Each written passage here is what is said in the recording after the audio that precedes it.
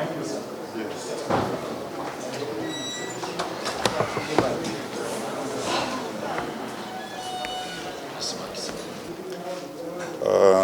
As a country, we are still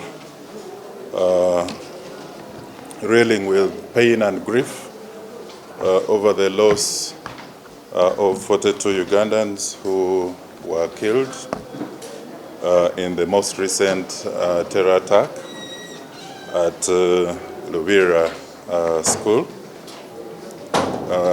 Apart from that incident, the other regions and territories within Uganda still remain peaceful and calm. I would like to start by maintaining that the death toll still stands at 42 and not 50. We are seeing reports from the media and other corners, people continuing to speculate over the number of the dead. We want to confirm that it still stands at 42, and some of the alleged victims have been identified.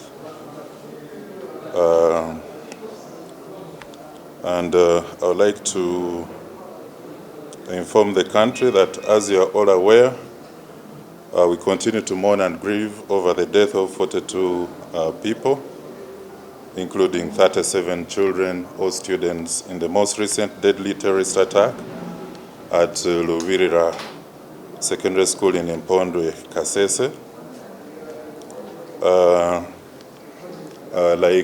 Of course, many people have come out to condemn this attack. We want to emphasize that an attack on innocent children is barbaric, is inhuman, and of course constitute crimes against humanity.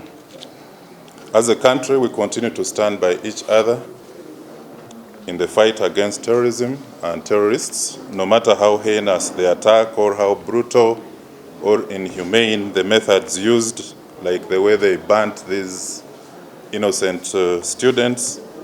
They will not succeed in destroying or demolishing our solidarity as a country in the fight against terrorism and extremism.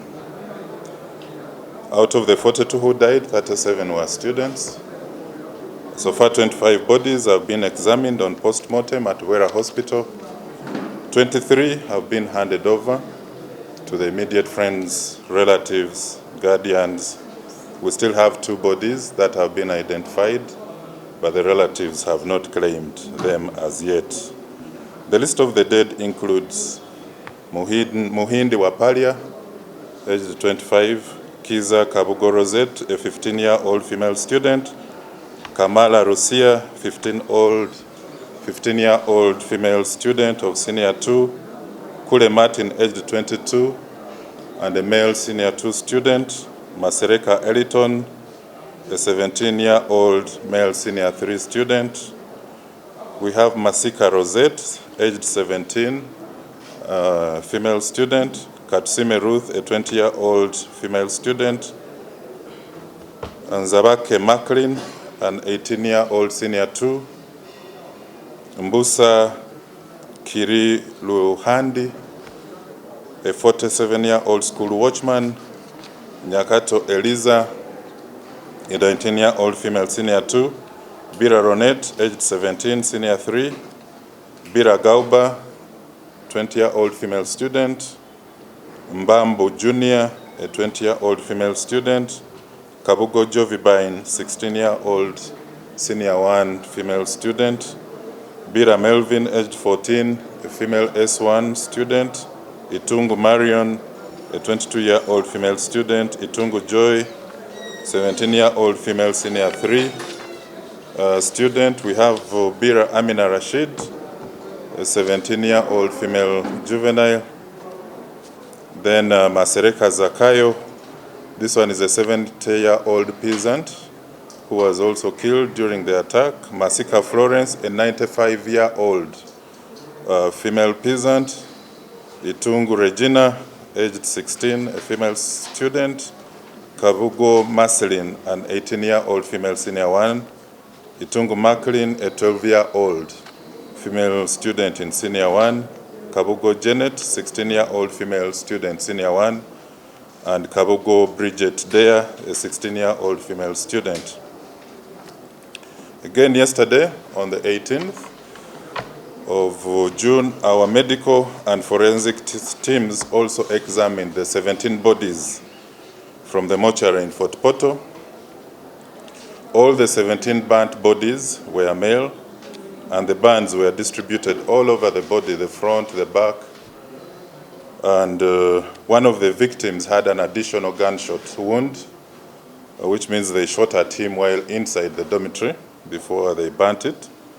Another one had dry flames, that is dense soot in the airway. He was breathing the dry, hot flames.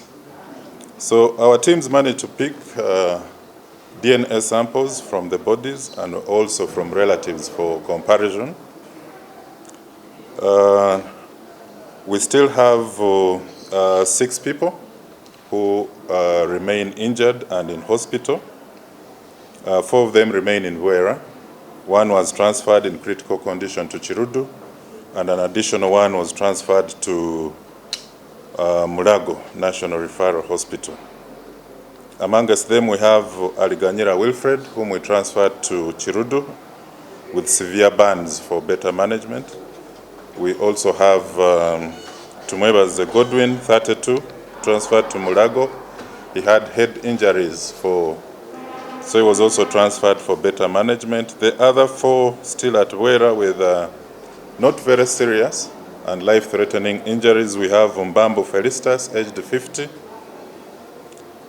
Kule Arias, aged 18, Mumbere Godwin, aged 16, and Isingoma Julius, aged 21.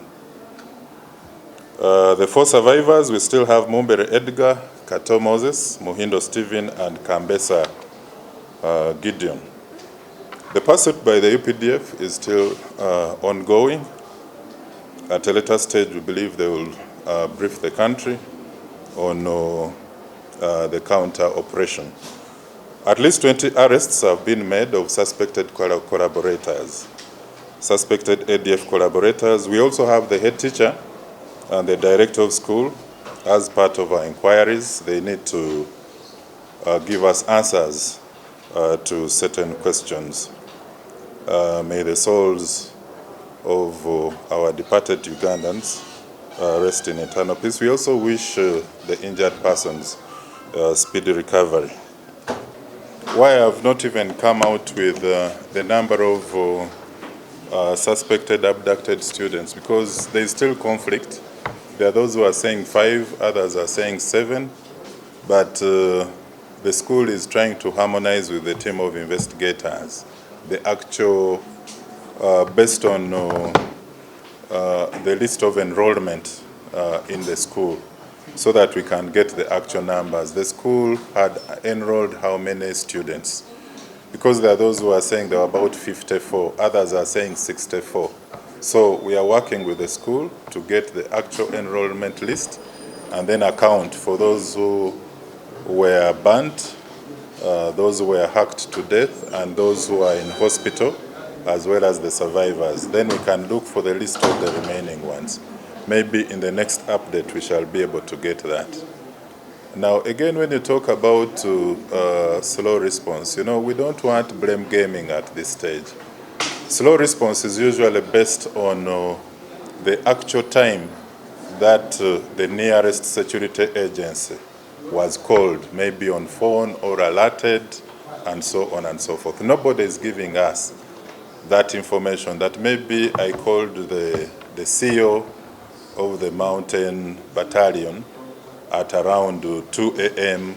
or so on and so forth. But as soon as the information got to the UPDF and the police, we responded immediately. So we don't want to say that, yes, we are there to be blamed and so on and so forth. The fact remains that that place is quite vulnerable. It's just about 1.5 kilometers away. We are getting information that there were suspected collaborators within the area who could have aided them, okay, into the whole process. So we are looking at all those situations. But security, however advanced, is never watertight. You will always get such isolated incidents. But it's unfortunate that we have 42 lives that were lost.